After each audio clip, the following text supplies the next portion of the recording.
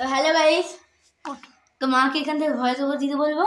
মা এটা খুব পরে করেছে, আমি সন্ধ্যে জেনেছি 6টায়, আর মা করেছে ভিডিওটা হচ্ছে ওই 7:45টার দিকে।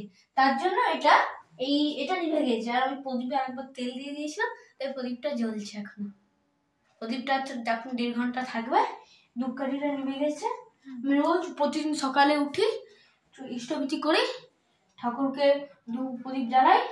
যেদিন স্কুল যায় সেদিন ধূপ প্রদীপ জ্বালিয়ে যায়, আর যেদিন স্কুল যায় না দুদিন ঠাকুরকে ভোগ দিই। সন্ধ্যেতে আর ভোগটা দিই না, সন্ধ্যেতে এমনি সন্ধ্যেটা জেলে দিই। আর ঠাকুরকে প্রতিদিন সকালে উঠে, আমি স্কুলের দিন হয় না, সপ্তাহে 2 দিন, শনি আর রবি, ঠাকুরকে ভালো করে মুছি, এগুলোকে উঠাই, ভালো করে ঝাড়ি। বাহ, সব খুব ভালো। ঠিক আছে, ঠিক আছে, হয়েছে, তোমার বলা হয়েছে।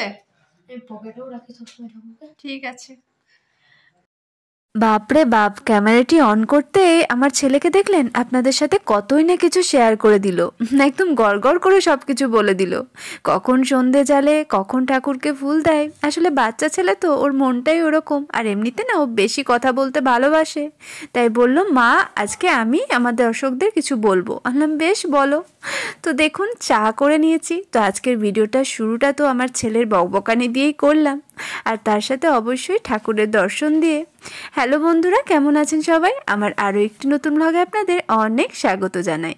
তো এখন মা আর ছেলে মিলে চা খেতে বসেছি। মা আর ছেলে মিলে একটুখানি চায়ের আড্ডাও চলছে। আসলে এই সময়টুকু চা খেতে দুজন মিলে খুব ভালো লাগে। আর চা না এমন একটা জিনিস, দেখবেন একা খেতে একদম ভালো লাগে না। তাই জন্য আমি ছেলেকে সঙ্গী করে নিয়েছি চায়ের। তো সকালবেলা তো হয় না, যেহেতু স্কুল থাকে। আর আজকে হচ্ছে শনিবার, আজকে অবশ্য স্কুলটা ওর ছুটি ছিল। তো তারপর চা খাওয়ার পর এখন রান্না বান্না তো করতে হবে, তাই জন্য আলুটা কেটে নিয়েছি। আর আজ যেহেতু শনিবার, তাই জন্য আজকে তো নিরামিষ, তাই হবে আলুর দম, আর তার সাথে হবে ডালিয়ার পোলাও। কারণ ডালিয়ার পোলাওটা বেশ ভালো লাগে, আর বিশেষ করে ঈশানবাবু ডালিয়ার পোলাওটা তো খুব পছন্দের, তাই ও নিরামিষ দিনে বেশিরভাগ দিন ডালিয়ার পোলাওটাই পছন্দ করে। এদিকে আপনাদের দাদা ভাইও নেই, ও তো বাড়ি গেছে। ও এমনিতে শনি আর রবিবার তো বাড়ি যায় জানেনই। তো ও বোধহয় কালকে আসবে, কিংবা হয়তো সোমবার দিন। তো দেখুন আমি ডালিয়ার পোলাওটা চাপিয়ে দিয়েছি, আর খুব সিম্পলভাবেই করছি। এদিকে সাদা তেল ঘি কিছুটা মিক্সড করে দিয়েছি, আর তার সাথে আদা বাটা, জিরে, তার সাথে নুন আর হালকা চিনি দিয়েছি। আর অবশ্য ডালিয়ার পোলাওটা এর আগে আমি একটা ভিডিওতে আপনাদের সাথে শেয়ার করেছি, ওই জন্য আর নতুন করে শেয়ার করলাম না বন্ধুরা। তো দেখুন চিনিটা দিয়ে দিয়েছি, এবার আমি জল দিয়ে দেবো। এবার হালকা করে চিনি দিলেও এইসব ডালিয়ার পোলাওগুলোতে না মিষ্টি খেতে একটু আমার বেশি পছন্দ।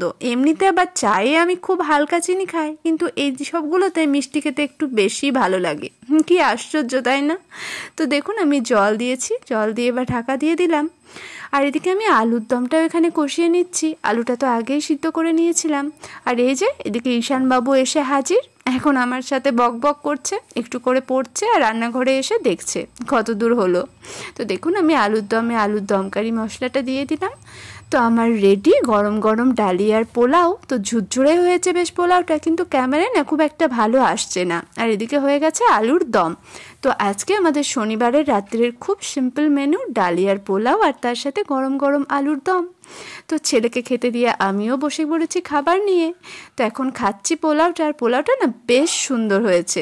তো যাই হোক, আর ভিডিওটা বাড়ালাম না, আজকের মতো ভিডিওটি এখানেই শেষ করলাম। সবাই ভালো থাকবেন, সুস্থ থাকবেন, আর অবশ্যই আমার পাশে থাকবেন।